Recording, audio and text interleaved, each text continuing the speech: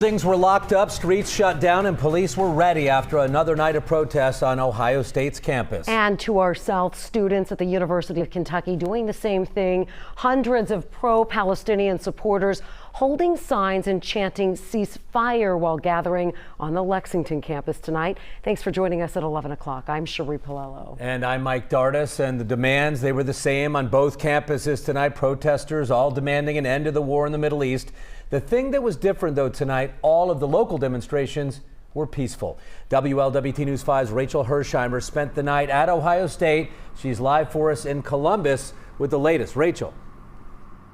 Well, Mike and Cherie, it did remain peaceful, and the crowd dispersed around 9 o'clock or so this evening. But earlier tonight, there were hundreds of protesters scattered across this lawn. This is right in the middle of OSU's campus. People were holding signs and chanting Free Palestine. Now, throughout the day, there was a really heavy police presence across campus just to make sure the protests remained peaceful and the campus was safe and secure. The protest started around 6 this evening and continued up until around 9 o'clock or so.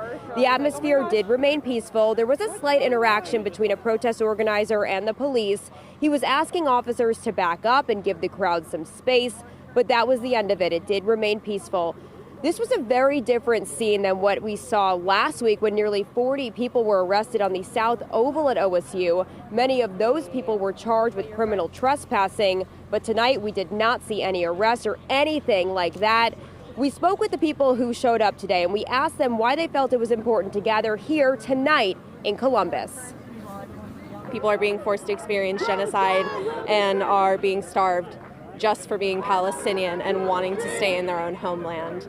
I'm fighting for their right to exist, I'm fighting for my right to exist, and I'm fighting for the students' right to be able to protest. I'm here to support, I'm here to stand in solidarity with the students, with the people of Gaza, to be with my community, because what happens here at OSU affects everyone. I believe that everybody gets a fair chance, should get a fair chance at life and at liberty, but I'm not seeing that from the U.S.'s actions in general. Now, last week, all across this lawn, there were encampments set up. We did not see anything like that. When that happened last week, that did result in about 40 arrests being made.